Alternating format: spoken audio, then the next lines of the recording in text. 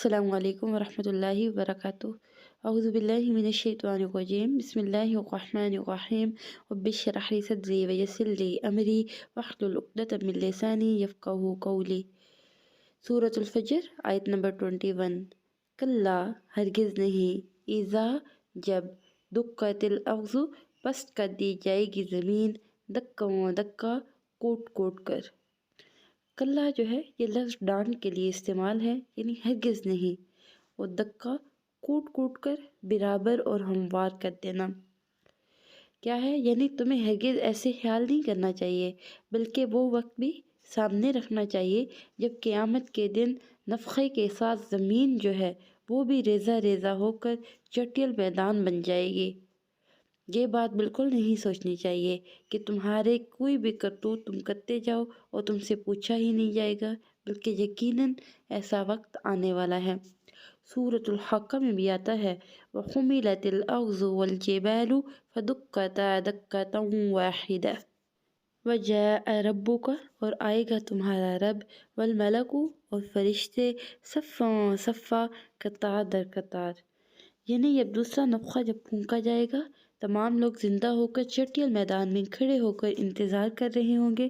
اس وقت اللہ تعالیٰ جس طرح اس کی شان کے لائق ہے وہ نزول فرمائیں گے، ساتھ ہی فرشتے جو ہیں وہ صف در صف آئیں گے، زمین اپنے رب کے نور سے چمک اٹھے گی، نامہ اعمال پیش کیے جائیں گے، انبیاء اور گواہوں کو لایا جائے گا، اور لوگوں کے درمیان حق کے ساتھ فیصلے کیے جائیں گے، ان پر ظلم نہیں کیا جائے گا۔ اس مقام پر کیا ہے؟ اللہ تعالیٰ نے خود صاف الفاظ میں اس دن اپنے آنے کا ذکر فرمایا۔ بعض لوگوں نے اس کا عجیب معنی بھی نکالا اور اس کا انکار بھی کیا۔ کسی نے کیا کہا کہ رب کا حکم آئے گا، کسی نے کہا یہ صرف تمثیلی انداز ہے، مطلب صرف یہ ہے کہ اس وقت اللہ تعالیٰ کا روب اس طرح طاری ہوگا جس طرح بادشاہوں کے آنے کے وقت ہوتا ہے۔ بعض بزرگوں نے ترجمے میں تبدیلی کر دی کہ تیرا رب آئے گا، لیکن ظاہر کیا ہے کہ اللہ تعالیٰ کے ایک جگہ سے دوسری جگہ منتقل ہونے کا کوئی سوال پیدا ہی نہیں ہوتا۔ ان بزرگوں کی غلطی کیا ہے کہ انہوں نے اللہ تعالیٰ کو اپنے جیسے سمجھا کہ انسان ایک جگہ سے دوسری جگہ جائے تو اس کا پہلی جگہ سے منتقل ہونا لازم ہوتا ہے، حالانکہ اللہ تعالیٰ کے آسمان دنیا پر اترنے یا زمین پر آنے کا یہ مطلب نہیں ہے کہ وہ عرش پر رہا ہی نہیں۔ اب تو اللہ کی مخلوق میں بھی اس کے عجائبات جو ہیں وہ ظاہر ہوتے ہیں، جیسے بجلی اپنے مستقر میں ہونے کے باوجود ریموٹ کے ذریعے بنا کسی تار کے کہاں تک پہنچ جاتی ہے۔ تو پھر اس میں کیا ہے کہ اللہ کی آنے کی صفت کا انکار نہیں کیا جا سکتا، بلکہ اسے مخلوق سے بھی عاجز جانا کہ مخلوق جہاں چاہے آ سکتی ہے، لیکن خالق جو ہے وہ میدان محشر میں فیصلے کے لیے بھی نہیں آ سکتا۔ یہ بات غلط ہے۔ مومن کا کام کیا ہے کہ جب اللہ تعالیٰ نے خود فرما دیا کہ وہ قیامت کے دن آئے گا تو وہ اس پر ایمان رکھے اور یہ بات اللہ کے سپرد کر دے کہ وہ کس طرح آئے گا۔ یقیناً وہ اسی طرح ہی آئے گا جس طرح اس کی شان کے لائق ہے۔ سورۃ البقرہ میں بھی آتا ہے هل ينظرون إلا أن يأتيهم الله في ظلل من الغمام والملائكة وقضي الأمر وإلى الله ترجع الأمور۔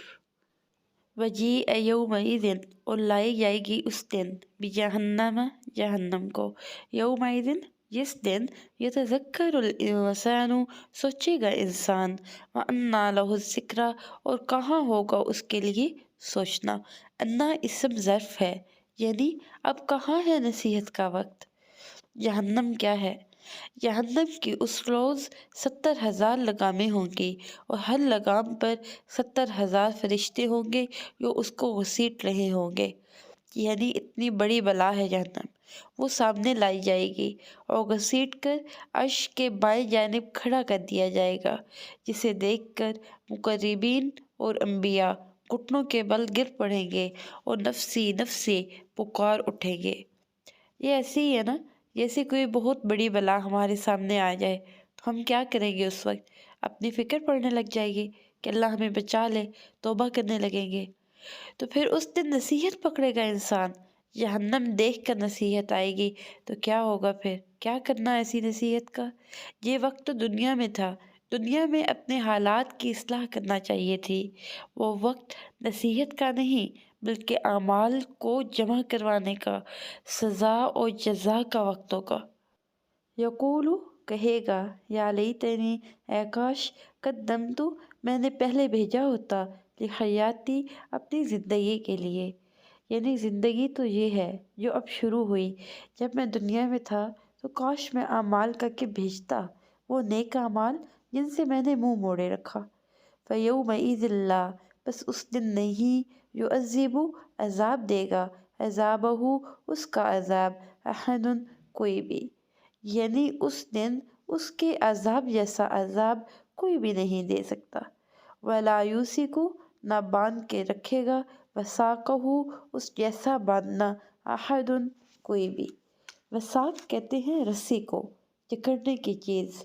قیدیوں کو پیچھے ہاتھ کر کے جب رسی سے پکا باندھا جاتا ہے تو اس عمل کو وثق کہتے ہیں۔ یعنی مجرموں کو جہنم میں زنجیروں سے اس طرح مضبوط باندھا جائے گا کہ اگر وہ ہلنا بھی چاہیں تو ہل نہ سکیں گے، نہ بھاگ سکیں گے۔ کیوں؟ کیونکہ وہ ایسے جرائم لے کے آئے ہوئے ہوں گے۔ سبحانک اللہم و بحمدک، نشہد ان لا الہ الا انت، نستغفرک و نتوب الیک۔ السلام علیکم ورحمۃ اللہ وبرکاتہ۔